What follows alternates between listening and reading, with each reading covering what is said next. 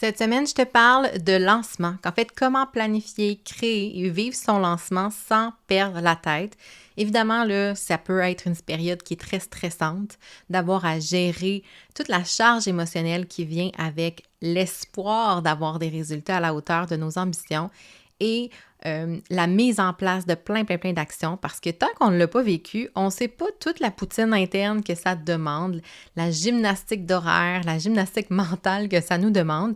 Alors, j'ai eu envie, en fait, de décortiquer un peu chaque étape à préparer et, en fait, chaque étape de lancement en terminant avec 6 conseils pour éviter de perdre la tête durant ton propre lancement. As-tu le feeling que c'est vraiment plus facile pour les autres? L'impression que tu fais déjà tout ce qu'il faut pour réussir. Tu es passionné, tu as une mission inspirante, puis de l'ambition qui ne connaît pas de limite. Mais la jungle entrepreneuriale est remplie de fausses promesses et de stratégies trop compliquées. 180 degrés, c'est bien plus qu'une mesure. C'est une perspective, un horizon. Je suis Mélanie Allé, fondatrice de Synapse Marketing. Je t'invite à explorer avec moi une approche unique, celle de prendre de la hauteur pour voir grand, pour voir loin. Parce que voir à 180 degrés, c'est regarder l'ensemble du paysage sans se perdre dans les détails.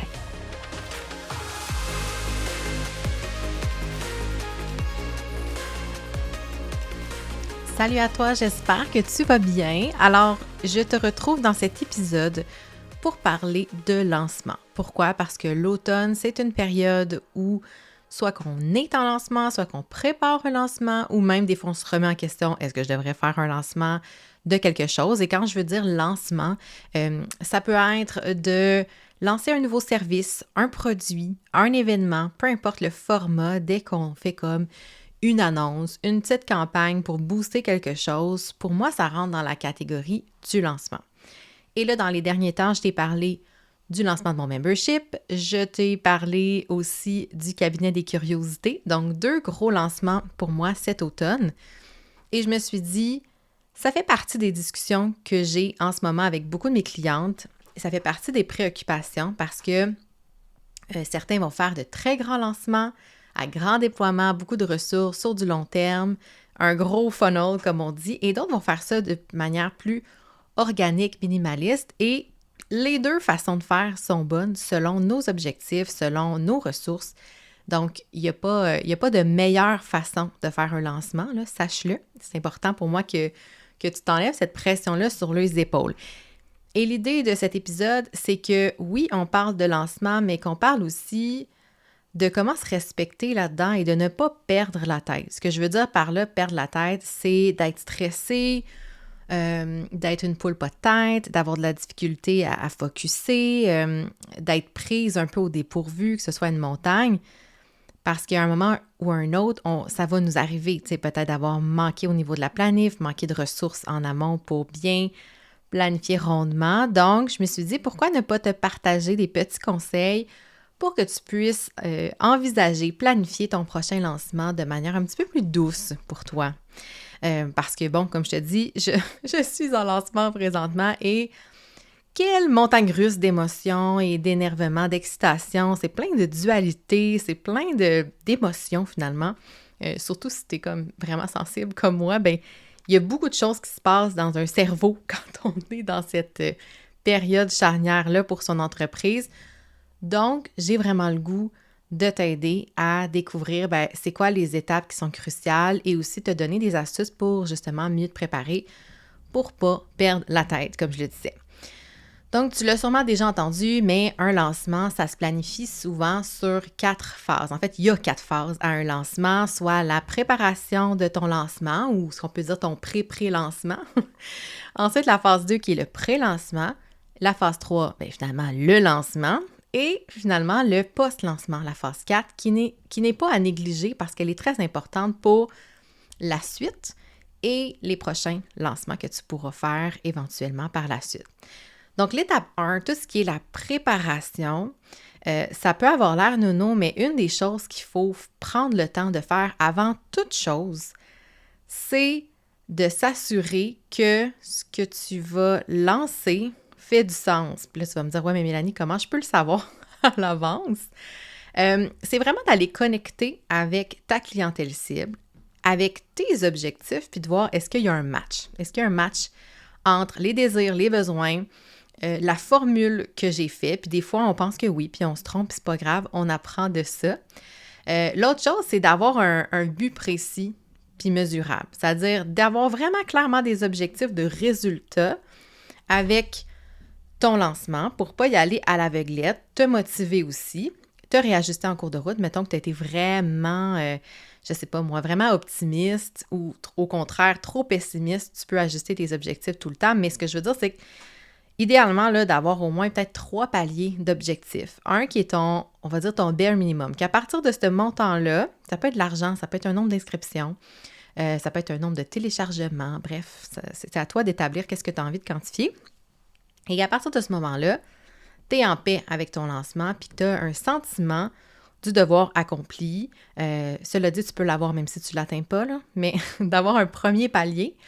Un deuxième palier qui est comme wow, OK, c'est vrai, ça commence à être ambitieux. Et un wow, pata wow. Donc, vraiment, là, comme si tu arrives à ce moment-là, je veux dire, faut que tu le soulignes grandement parce que tu sais vraiment surpassé au niveau de tes résultats. Fait que 3 paliers. Il y en a qui vont dire objectif bière, vin, champagne, objectif bronze, argent ou or. À la limite, là, c'est plusieurs façons de les nommer, mais je te recommande en fait d'avoir ces 3 paliers-là pour être capable de te sentir, légitime, peu importe les résultats, parce qu'ils risquent en fait fort bien d'être dans ces 3, à l'intérieur de ces 3 objectifs-là. L'autre chose, bien, comme je l'ai dit, quand on a un but précis, mesurable, bien là, c'est d'aller établir, ça va être quoi le calendrier, la planification globale de ton lancement. Ça va se passer sur combien de temps? Quelle date? C'est quoi les dates butoirs, les jalons là, dans ton projet? Là? C'est quoi les no-brainers que ça doit se passer à cette date-là? Sinon, ça met en péril la suite des choses.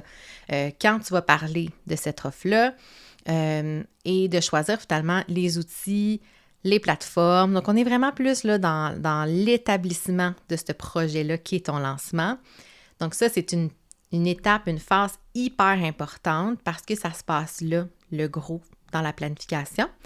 Et cela dit, bien, on ne planifie pas nécessairement là, en 800 000 étapes. Comme je te l'ai dit, ça peut être un lancement qui est simple selon, en fait, tes objectifs.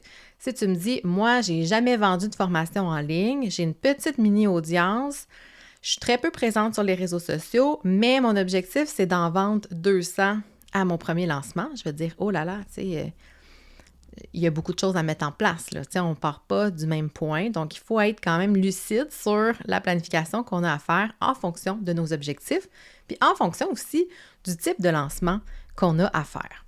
La phase 2, qui est le pré-lancement, là, c'est vraiment important de commencer à introduire du contenu d'éducation, du contenu d'expertise à ta communauté en lien avec ce que tu vas lancer. Donc, de montrer pourquoi c'est essentiel pour eux de savoir ça ou de s'intéresser à tel sujet ou à tel type de contenu que tu es en train justement de préparer, dans le but vraiment de commencer à introduire ce concept-là.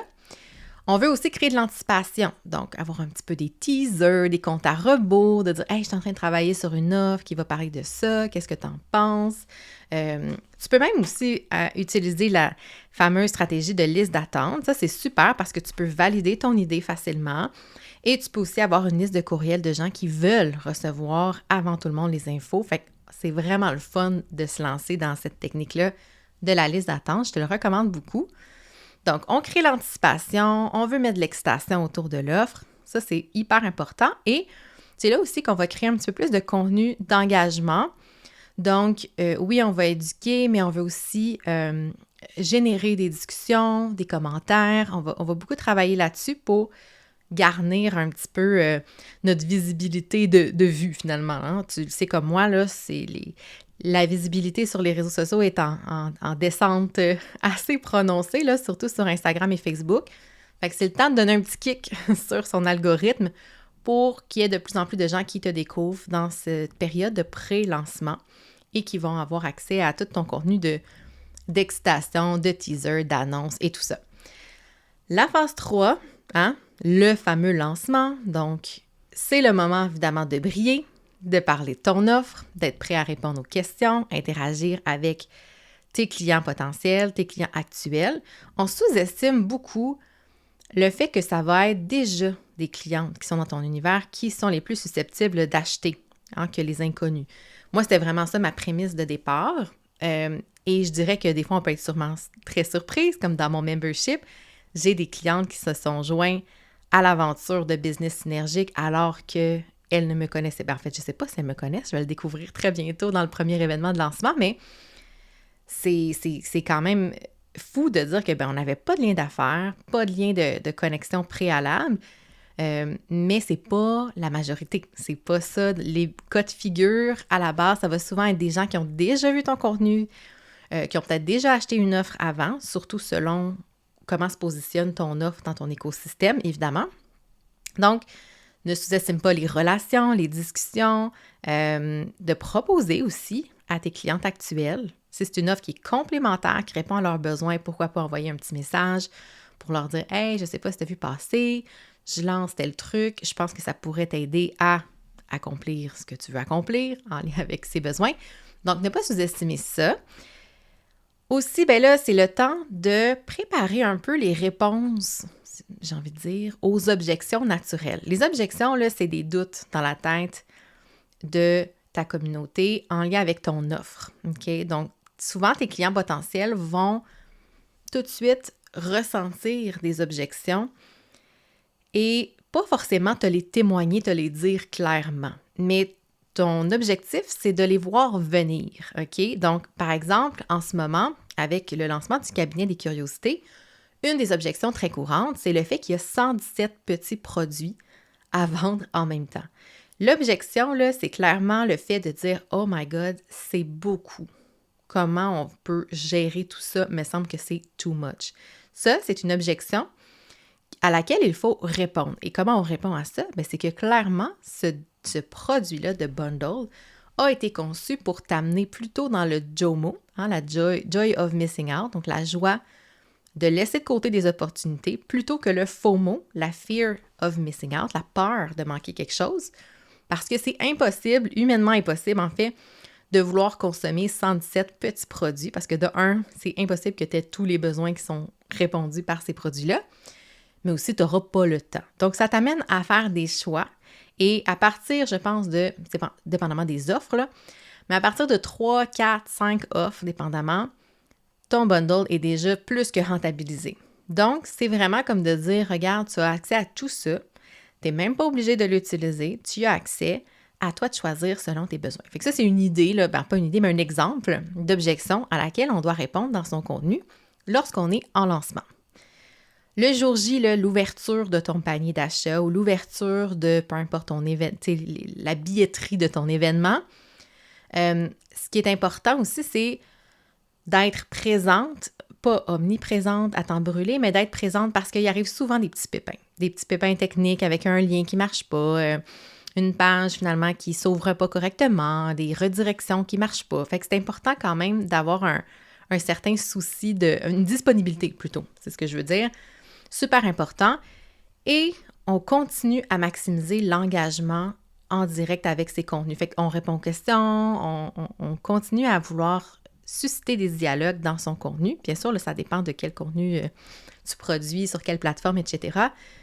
Mais le lancement, il faut le voir comme un spectacle. On a préparé notre spectacle, on a écrit nos textes, on a fait la mise en scène, on a fait la générale, on a travaillé tout ce qui arrivait, tout ce qu'on avait besoin plutôt pour y arriver. Et là, rendu au soir de la première, là, c'est « show must go on ». Fait que ça se peut que tu ailles oublié la bonne paire de chaussures à la maison, c'est pas grave, il y en a une autre, ça va être ça. Tu comprends? C'est pas le temps de se taper sur la tête ou d'essayer de tout voir venir à l'avance. Il va toujours arriver quelque chose d'imprévu. Puis c'est correct comme ça. Quand il arrive des choses sur scène, il peut y avoir un problème d'éclairage à un certain moment, des trucs cocasses, mais j'aime vraiment l'idée là, de la première d'un spectacle, de théâtre par exemple. Bien, ça se peut que ce soit pas parfait, ça se peut qu'il se passe des choses, mais c'est pas grave. The show must go on. C'est ça qui est important de retenir. Ensuite, la phase de post-lancement. Donc, une fois que le lancement est terminé, Que tu sois contente, pas contente des résultats, que tu sois déçue de toi-même ou au contraire fière de ce que tu as réussi à accomplir, bien, c'est important de te déposer et de noter finalement comment s'est passé ton lancement, de noter les étapes. C'est quoi les stratégies qui ont fonctionné? Quel type de contenu a le plus eu d'impact? Quel type de clients ont rejoint ton offre et pourquoi? Qu'est-ce que t'ont témoigné? Tout ça, là, c'est comme un peu ton journal de bord parce que là, à chaud, tu t'en souviens. Mais dans un an, si tu as le goût de refaire un lancement, tu t'en souviendras pas. Donc, l'idée, c'est de ne pas répéter tes erreurs, entre gros guillemets, que tu as pu faire, mais d'apprendre de ça et d'optimiser de fois en fois, finalement. C'est d'apprendre, c'est l'intelligence d'affaires, de s'améliorer à chacun de tes lancements. Donc, on analyse, comme je te disais, les stratégies qui ont fonctionné. On va décortiquer tes résultats de performance. On va aller voir finalement, OK, bien, est-ce que si j'ai atteint tel niveau, bien, pourquoi? Comment je peux l'expliquer? Qu'est-ce que je jouais contre moi? Qu'est-ce que je jouais pour moi là-dedans? D'être capable de vraiment comprendre notre résultat, même si on sait qu'on ne contrôle pas tout. Puis ça arrive, des fois, on se trompe. Des fois, on peut se rendre compte que, hey, je pensais là, que c'était telle offre que ma clientèle cible voulait, puis finalement, je me suis trompée, puis je vais recommencer, puis c'est pas grave. On appelle ça justement l'intelligence, de faire autrement. C'est super important pour moi que tu gardes ça en tête. Et on collecte finalement toutes ces informations-là, on les met à un endroit précieusement accessible pour le prochain lancement et on peut déjà avoir des pistes de solutions pour les prochaines fois. Donc, tu as probablement déjà des idées de stratégie que tu disais « Hey, crème, j'aimerais ça mettre ça en place la prochaine fois », basées justement sur toutes tes observations. Fait qu'en gros, ça, ce sont les 4 phases de ton lancement. Donc, ce sont vraiment les points hyper importants. Et là, je ne rentre pas dans le détail de qu'est-ce que tu devrais faire, qu'est-ce que tu ne devrais pas faire, parce que pour moi, c'est 100% personnalisé en fonction de, c'est quoi tu vas vendre, à qui tu vas le vendre, puis comme c'est quoi tes objectifs de résultat avec ce lancement-là. Donc, évidemment, pour moi, ça relève vraiment plus d'un accompagnement individuel que d'un épisode de podcast, tu comprendras bien. Cela dit, j'ai envie de terminer l'épisode en te donnant 6 réflexions ou en fait 6 astuces, conseils, nomme-le comme tu veux, pour t'aider à ne pas perdre la tête pendant ce lancement-là. Parce que là, ça a l'air bien beau sur papier. Oui, pré-lancement, lancement, post-lancement, on fait ci, on fait ça. OK, fine. Mais ça reste que c'est challengeant, parce qu'on est beaucoup d'entrepreneurs à parfois à tort, toujours à tort en fait, à attribuer la valeur personnelle à nos résultats business, alors que ça n'a rien à voir. Si tu floppes un lancement, ça n'a rien à voir avec ta valeur personnelle, ni même professionnelle en passant. Donc, on enlève un petit peu une couche là, de pression là-dessus. Voici mes 6 conseils pour toi. Donc, le premier conseil, c'est la planification et la délégation. J'en ai parlé beaucoup à l'étape de préparation, donc à la phase 1, mais d'essayer le plus possible de décortiquer ton projet de lancement en étapes. Donc, des étapes, des sous-étapes, des sous-sous-étapes s'il faut, mais que tout ça, tu l'enlèves de ton cerveau puis que tu le mettes soit sur papier, soit dans un Excel, soit dans un Asana, un Trello, Notion, peu importe ce que tu utilises, c'est pas important. L'idée, c'est juste de le faire, de décortiquer en étapes et d'avoir des délais réalistes pour chacune des tâches. S'il y en a qui sont possibles là-dedans des tâches à déléguer parce que tu as les ressources, les moyens, tout ça, go, c'est le temps. Sinon, regarde au niveau des outils, comment tu peux optimiser ton temps, réduire ta charge de travail finalement durant cette période-là. Mais la planification, c'est la meilleure chose pour t'enlever une bûche de stress. Ensuite, mon deuxième conseil, c'est viser l'équilibre et mettre des limites. Donc, ça, c'est un point que j'ai vraiment beaucoup de difficultés. Séparer clairement le travail, la vie personnelle dans ces moments-là de préparation. Donc, mets des limites. Dis-toi, OK, moi, à telle heure, je déconnecte, j'ai terminé. Ou je m'offre 1 heure de dîner pour me reposer, pour faire quelque chose pour moi, aller marcher, peu importe ce qui te fait du bien.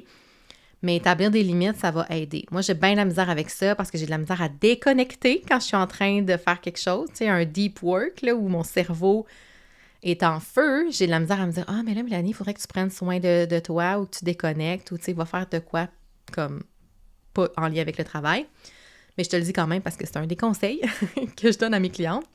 Troisième astuce, évidemment, la santé. Viser la santé physique, mentale ou la santé. Ton équilibre, ton bien-être physique, mental. On le dit tout le temps, le sommeil, super important. Ça aussi, j'ai bien la misère avec ça.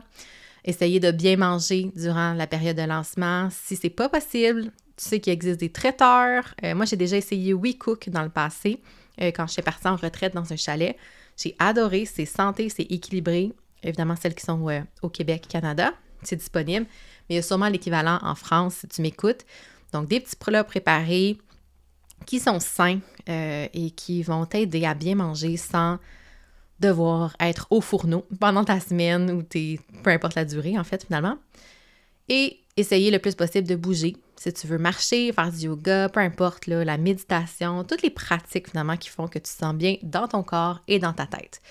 Le 4e conseil pour toi, c'est d'avoir un écosystème de support et de communication. Il n'y a rien de pire que de se sentir seul à devoir tout gérer son lancement. Fait que tu sois avec une équipe ou non, assure-toi finalement qu'il y a des systèmes en place pour bien communiquer ou avoir un filet social pendant ton lancement. Fait que si tu es seul, ben qu'est-ce qui existe autour de toi où tu peux aller déposer tes doutes, tes frustrations, s'il y en a, des questionnements. Il y a plein de communautés d'entrepreneurs qui existent pour ça.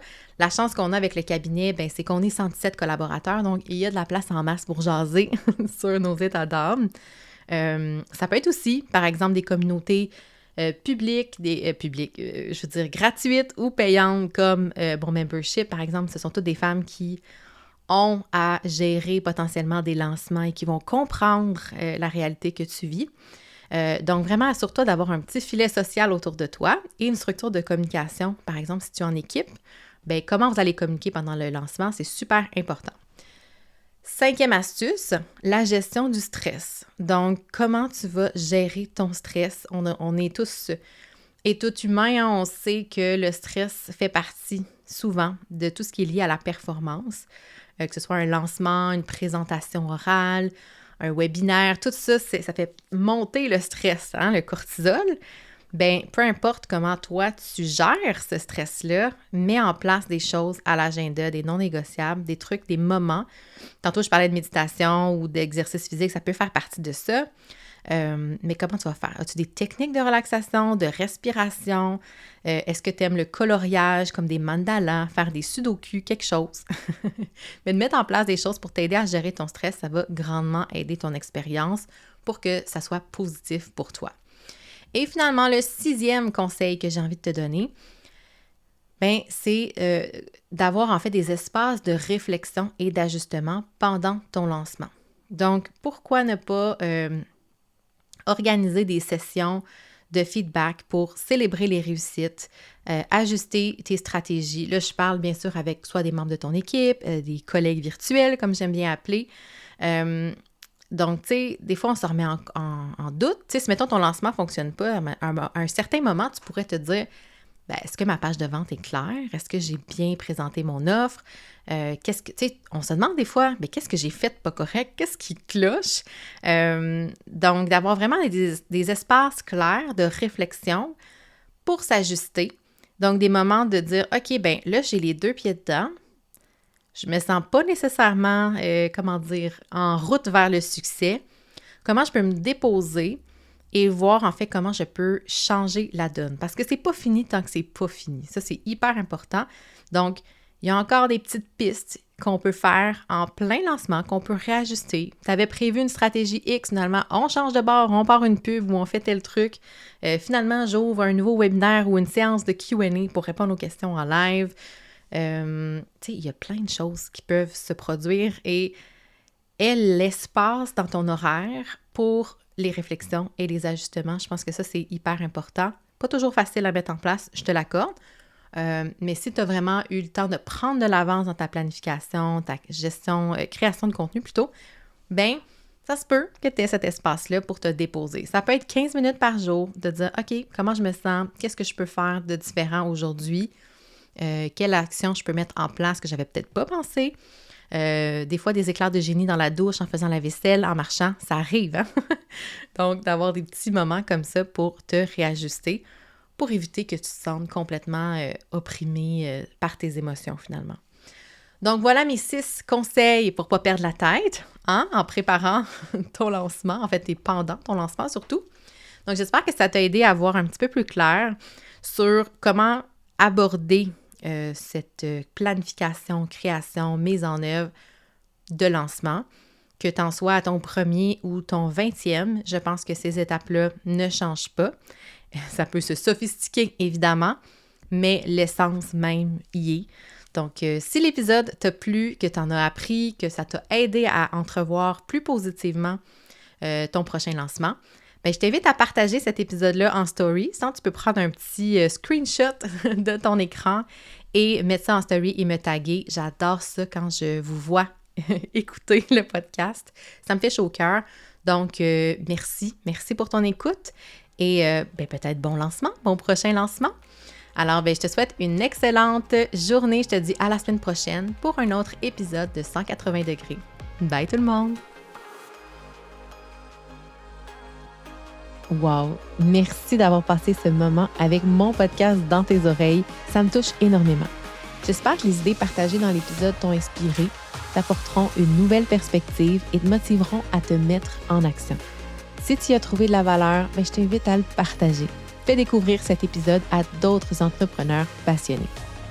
Et si tu veux encourager davantage le podcast, je serais hyper reconnaissante si tu pouvais laisser une note ainsi qu'un avis sur la plateforme d'écoute de ton choix. Parce que oui, ça fait une énorme différence pour m'aider à faire connaître 180 degrés à encore plus d'entrepreneurs fantastiques comme toi.